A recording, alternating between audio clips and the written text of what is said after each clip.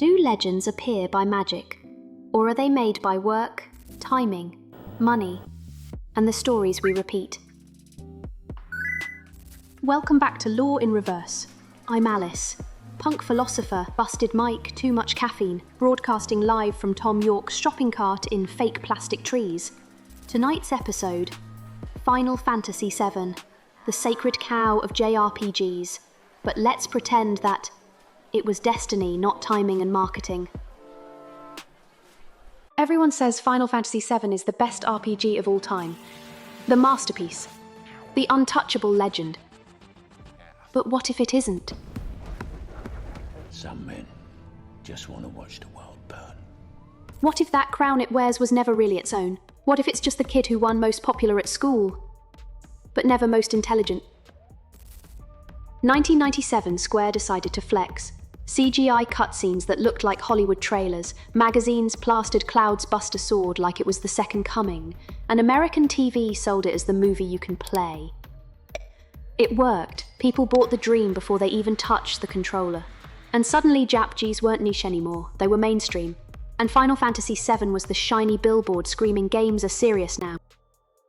So let's ask, was Final Fantasy VII really the best RPG of all time? Or just the loudest kid in the room with the coolest haircut? The story is a patchwork quilt. Eco-terrorism, Shinra capitalism, alien parasites, space gods, and Cloud's identity crisis so tangled it could give Freud a migraine. People remember Aerith's death. Of course they do. It was cinematic, tragic, unforgettable, but they forget the 10 hours of narrative whiplash it took to get there. Half genius, half soap opera filler. Materia system, sure, fun. You could mix and match spells like a kid trading Pokemon cards. But revolutionary? Please, it was Final Fantasy VI with jewelry, a shiny bracelet on an old wrist. Cloud, Tifa, Aerith, Sephiroth, legends, right? But here's the thing. Half their depth came from fan fiction, not the script. Forums, fan art, endless theories, that's what made them iconic. The game just gave us cardboard cutouts and told us to imagine the rest. And Sephiroth, he wasn't Shakespeare. He was a hot topic model with mummy issues and a sword compensating for something. The game was long, painfully long. Random battles, cutscenes, more random battles, more cutscenes. It wasn't balance, it was spectacle. Like watching a movie that won't end, interrupted by boss fights that feel like commercials for Mountain Dew. Here's the uncomfortable truth. Other Final Fantasies did it better. Final Fantasy VI, a real story about oppression, politics, and rebellion. Kefka didn't just brood, he burned the world down, and won.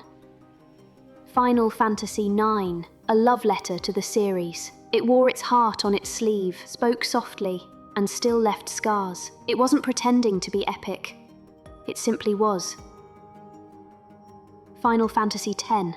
Now this felt like real modernity. Cleaner graphics, tighter battles, voice acting. Yes, with that weird laughing scene, but still. And an ending that still punches players in the gut. It didn't need a marketing nuke. It just told its story and left you broken. So why does VII wear the crown? Because it was never the king, it was the ambassador. The game that dragged JRPGs into the spotlight. Not because it was perfect, but because it shouted the loudest. And sometimes, being the loudest is enough to rewrite history. Final Fantasy VII was never the legend.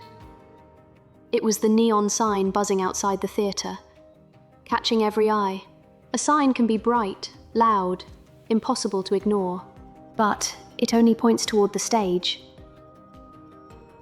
where the real legends are told.